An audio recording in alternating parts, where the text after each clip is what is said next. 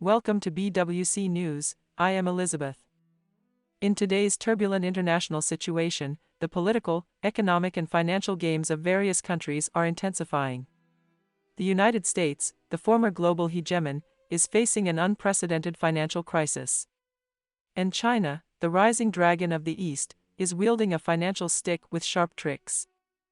The reason the U.S. fiscal situation is getting more and more attention is that the U.S. debt has reached the previously mandated ceiling.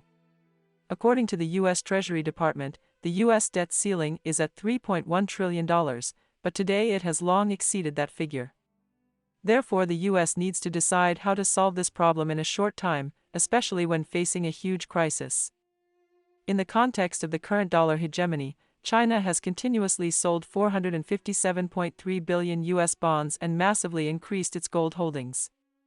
Most countries around the world are de-dollarizing faster, and the U.S. is now facing a serious debt crisis, with U.S. Treasury Secretary Yellen falling into worry, saying that a debt default would bring catastrophic damage to the United States. Before that, the United States frequently shouted at our country, saying that it does not limit our economic growth and does not seek to decouple from our economy. Behind this financial storm is a geopolitical contest. The U.S., once a superpower, is now in trouble financially and debt-wise and appears exhausted. China, on the other hand, stands at a new historical starting point, and its sell-off of U.S. debt and increase in gold holdings is undoubtedly an aggressive coping strategy. China's move has caught the world's attention. The reduction of U.S. debt is a sign of concern and mistrust of the U.S. financial situation. The increase in gold reserves is more of a means for China to seek self-preservation in the face of global financial risks. This series of moves demonstrates both China's strength and its resolute resistance to future financial crises. The U.S. side made it clear at the hearing that the U.S. is not going to pay off its debt early as a result, let alone pay off China's debt early, because that would trigger a U.S. fiscal crisis. From this it can be concluded that the U.S. may continue to raise the debt ceiling. China is now reducing its holdings of U.S. debt by as much as $457.3 billion, while at the same time making massive purchases of gold. This makes the United States not calm. Faced with China's tough attitude, the U.S. also started to try to change its strategy. Commerce Department officials went to China to negotiate, hoping to deepen Sino-U.S. cooperation and ease the financial crisis situation at home. However, China is no longer the weak and small country it used to be, but a rising power. China has both the power to refuse U.S. overtures and the wisdom to respond carefully.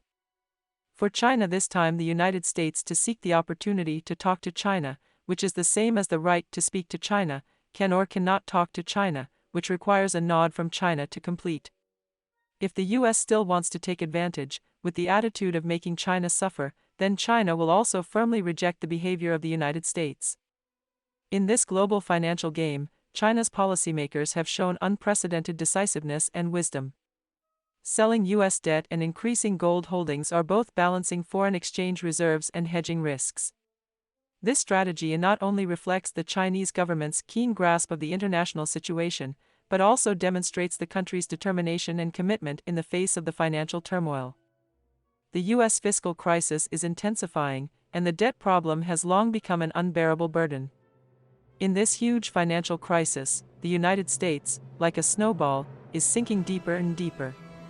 Since the outbreak of the Russia-Ukraine conflict last year, the U.S. and Western countries have blocked a large number of Russian overseas assets.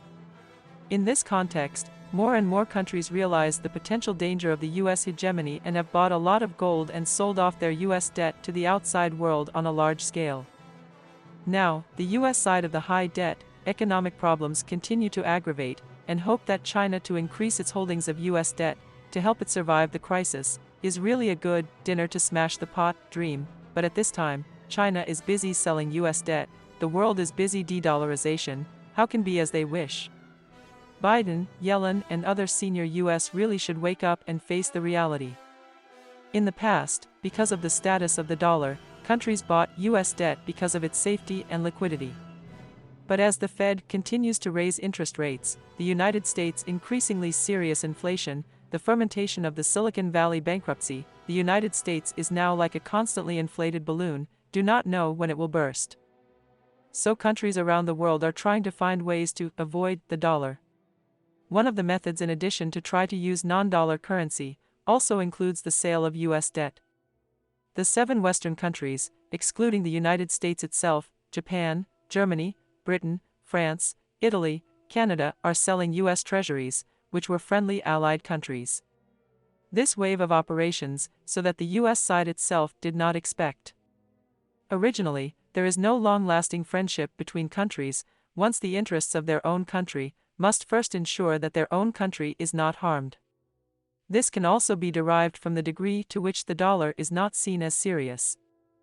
Venezuelan President Nicolas Maduro said on the 15th that his country would seek to join other countries' initiatives to de-dollarize, according to the Russian news agency Rosatom on the 16th.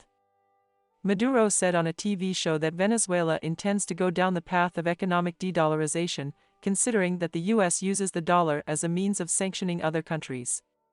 He condemned the U.S. use of the dollar to impose sanctions on countries such as Russia, India, Iran, and Cuba, and said, "We have to integrate, this is our path, a new path." Many Latin American countries are already working to move away from the dollar in foreign trade, the report said. In mid-May, Bolivian President Luis Arce said the country's central bank would explore the feasibility of using the yuan in trade with China. In late April, Argentine Economy Minister Massa announced that Argentina would use the yuan to settle imports from China in lieu of paying in dollars. In March, the Brazilian government announced that it had reached an agreement with the Chinese side to use the local currency for trade in bilateral trade.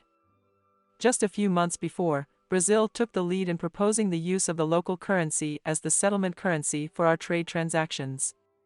This was followed by a trade swap agreement with Argentina, which also opted not to settle in US dollars, but to use the RMB for trade with China. Currently, Argentina has more than 100 billion renminbi reserves. After all, the debt crisis in Latin America caused a terrible stagnation for 10 years, a regression that no one wants to experience again. So countries have to take measures to deal with the subsequent harvesting behavior of the United States before there are signs. This year, with the bankruptcy of the U.S. Silicon Valley Bank, not to mention other countries, even its own social panic to restrain the mood. The process of de-dollarization is only increasing. European countries have also joined the camp, one after another. At the end of the first quarter, France's Total, a major energy company, signed an order with China for liquefied natural gas requiring the use of the yuan. We all know that the dollar has its current status without the support of liquid gold, oil. But recently, as a major oil producer, the Middle East oil countries have also started to be able to bypass the dollar.